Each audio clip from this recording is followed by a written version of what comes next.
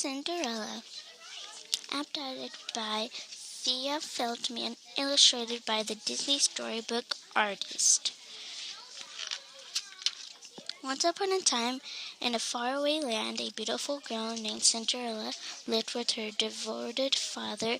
Cinderella's mom passed away years before, and her father decided she needed a new mother. He married again, giving Cinderella a stepmother and two stepsisters.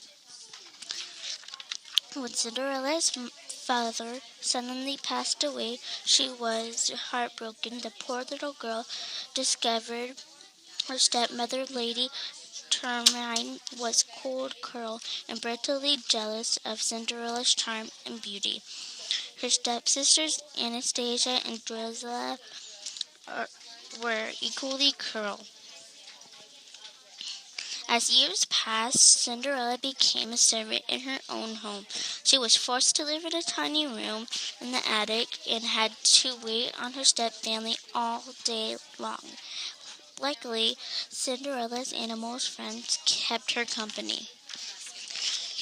Though her stepfamily mistreated her, Cinderella believed her dreams would come true someday. She remained kind and gentle, sewing little clothes for her mice friends and making sure they were always safe and fed. Two of the mice, Quag and Gus, became Cinderella's best friend.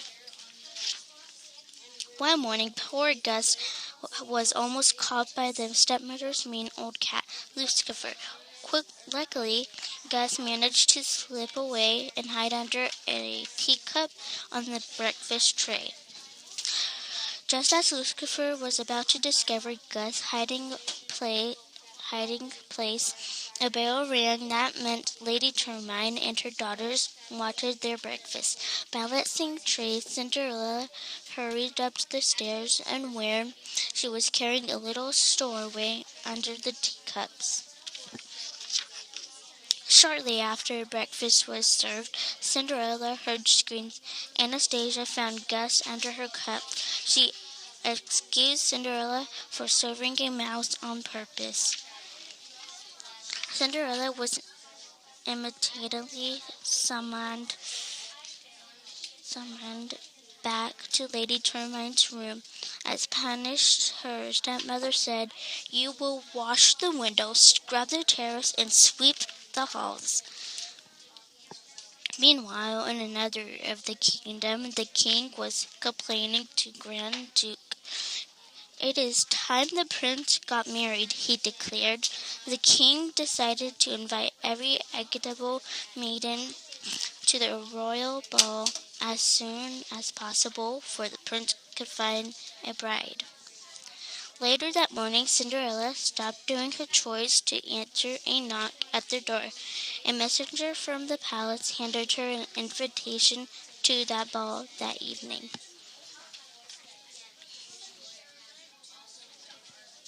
Lady Tremaine snatched the invitation and read it out aloud. Her daughters squealed in excitement when Tremaine briskly agreed, "But you have to get all your work done, and only if you have something suitable to wear," she with its nasty sneer. In the attic, Cinderella found a dress that had once belonged to her mother. It was a bit old-fashioned, but Cinderella was sure she could fix it.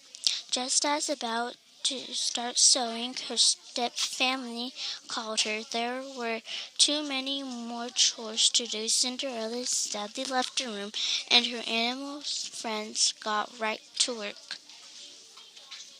The clever animals found an old sash and some threads and stitched the ornaments in place and turned a simple dress into a fabulous gown. Cinderella was thrilled and so graceful. Now she could go to the ball. When Anastasia and Drusilla saw how pretty Cinderella looked, they flew into jealous rage. The stepsisters ripped the dress and pulled off the sash and yanked the beads. Lady Tremaine simply stood and watched. Without hope of going to the ball meeting the prince, Cinderella ran into a garden and sobbed. As she kneeled, twinkling lights filled in the air. Then a woman appeared. It was Cinderella's fairy godmother. The fairy godmother told Cinderella there was time to attend the royal ball. With a wave of her magic wand, she transferred a simple pumpkin into an gelatin coat and turned the mice into horses. The fairy godmother pointed her magic wand at Cinderella and said, "Bibbidi bobbidi boo." Suddenly, Cinderella was wearing a studding gown. On her feet were sparkling glass slippers.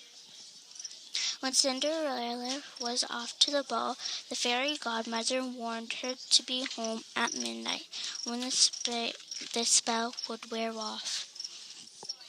At the ball, the prince was introduced to the eligible maidens in the kingdom. Anastasia and Drizella curtsied to him, but someone else caught his eye. The prince hurried off to the most beautiful girl he had ever seen. He and Cinderella danced all night without even introducing themselves. Cinderella had no idea she was dancing with the prince. She was having the most wonderful night of her life. Then the clock began to chime to midnight. Cinderella had forgotten time. She ran down to the palace steps, losing a glass slipper along the way. "Wait! I forgot your name," the prince called. The Grand Duke rushed after Cinderella, but she didn't stop. Cinderella and her friends made it through the palace gates before spell wore off. Everything turned back to normal. Her beautiful dress was gone, but thanks to her fairy godmother, Cinderella still had the memories of an incredible evening in one glass slipper. Back at the palace, the king was furious. That girl his son wanted to marry was vanished. He had ordered the Grand Duke to find her. Word spread the prince was searching for the girl who had lost the glass slipper. Lady Tremaine suspected was Cinderella, but didn't know the certain.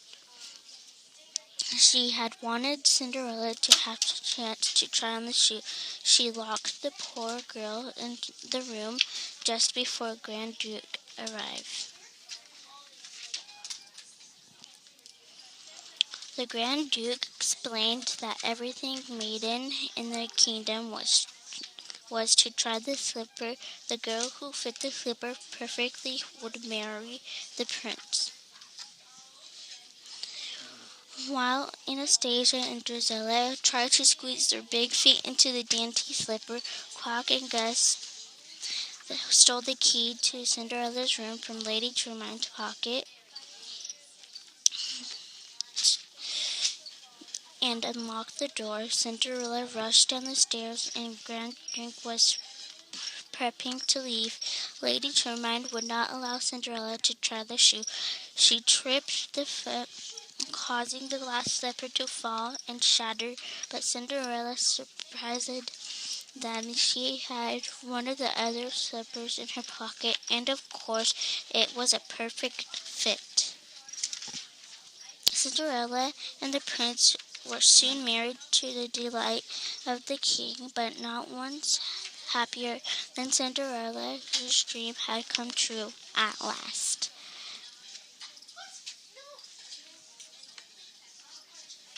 The